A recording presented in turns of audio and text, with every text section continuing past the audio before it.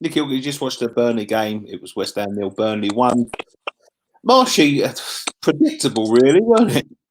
Yeah, I think everyone was getting a bit excitable, me included, to be honest. I thought that we were all set to go after the previous two.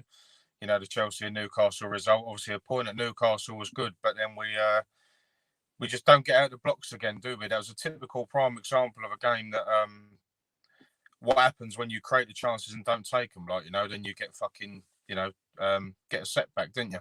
They got their goal, and but mate, the fullbacks, I don't know what's going on there.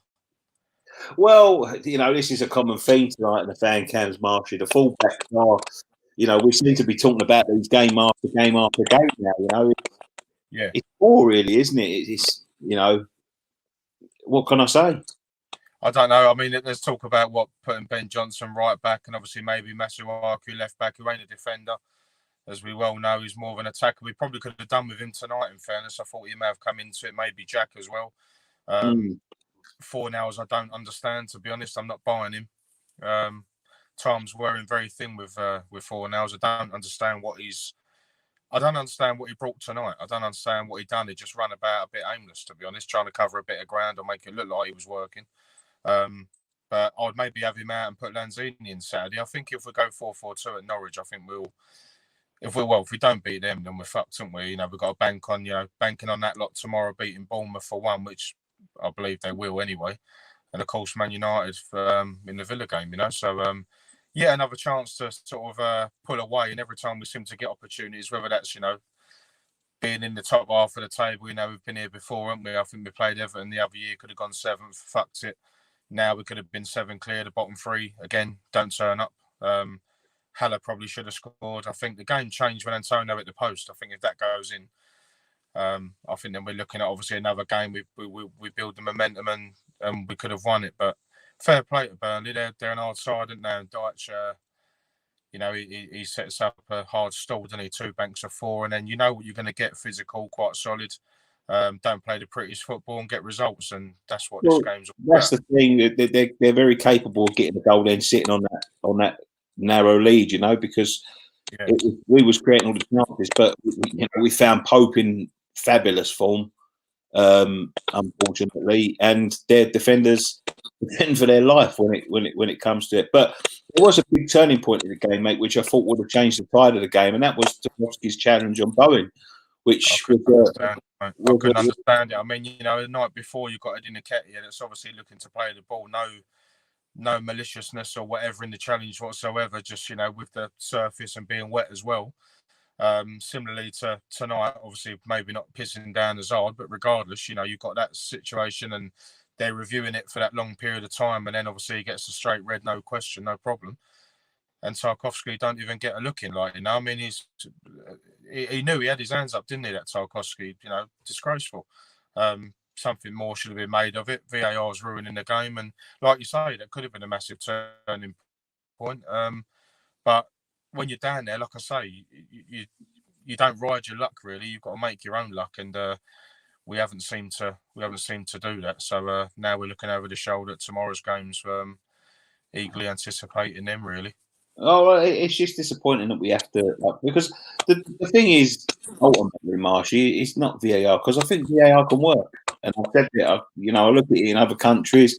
The referee had a look at it last night. I think that's probably about the second or third time the referee actually gone over to a monitor to have a look at it himself the whole season.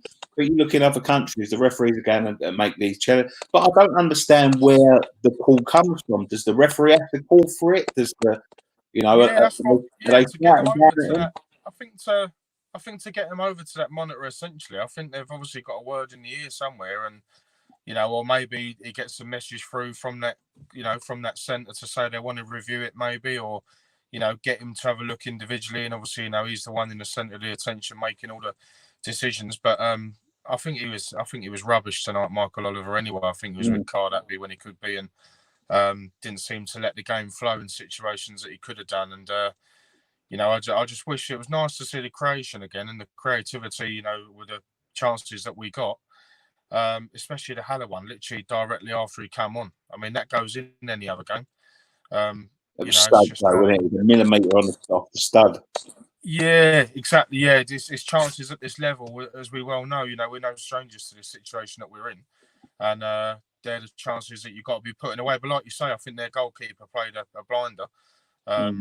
Clearly the best English keeper, I think, about it at the moment. But as I say, fair play to Burnley.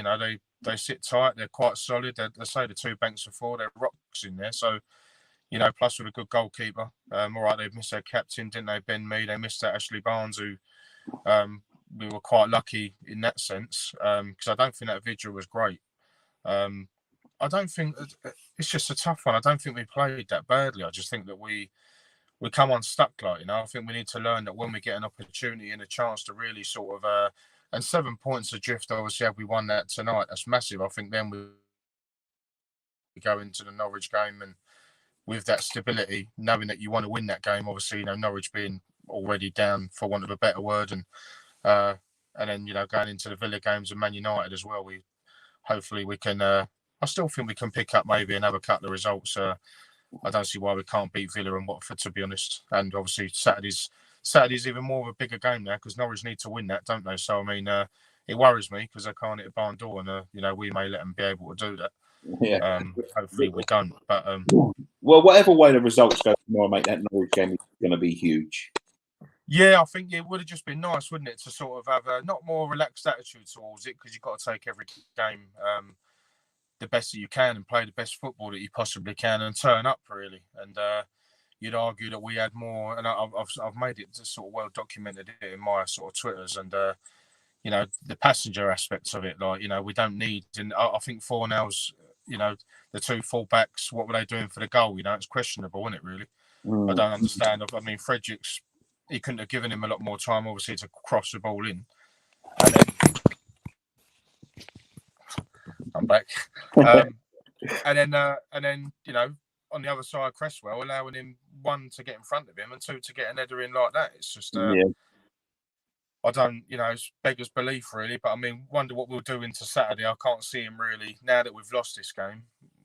Does he keep the side? I don't know. I would like to see him put sort of just go 4-4-2, Nick, straight up. Back to the old school, back to the basics. Haller Antonio up the top. We know what sort of happens with when them two sort of play together.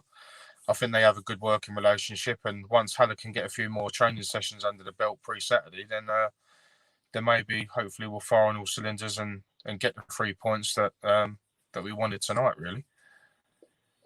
Yeah, absolutely, mate. I hope that's for the best.